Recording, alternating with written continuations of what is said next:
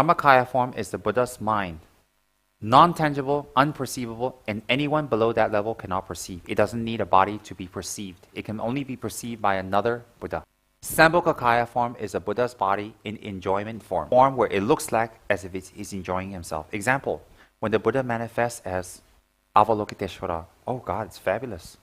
Avalokiteshvara is white, wearing beautiful raiments, ornaments, on a fabulous lotus amidst an aureole of light. It's soft, it's strong, yet it's just emitting light. And I mean, wouldn't you enjoy yourself if you had that body? Why is it enjoyment body? It's a body that shows you the results of their practice.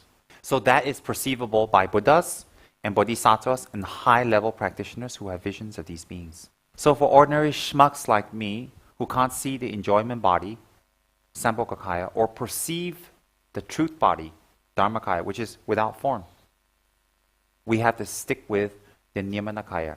Nirmanakaya, in Tibetan, we call Tulku. Tul means to emanate. Ku means body, emanated body. A real Tulku is a high-level being that is emanated from either the Dhammakaya or the Sambhogakaya forms of the Buddhas.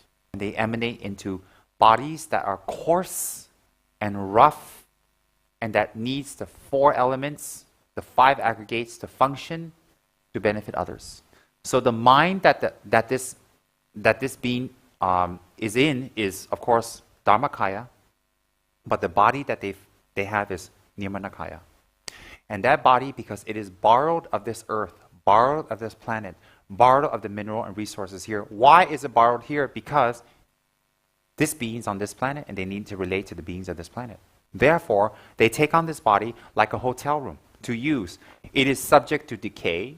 It is subject to sickness. It doesn't reflect the enlightened being. Why? The body doesn't belong to enlightened mind. It is borrowed to be used to spread enlightenment. These 3 bodies arise from the mind of a holy Buddha.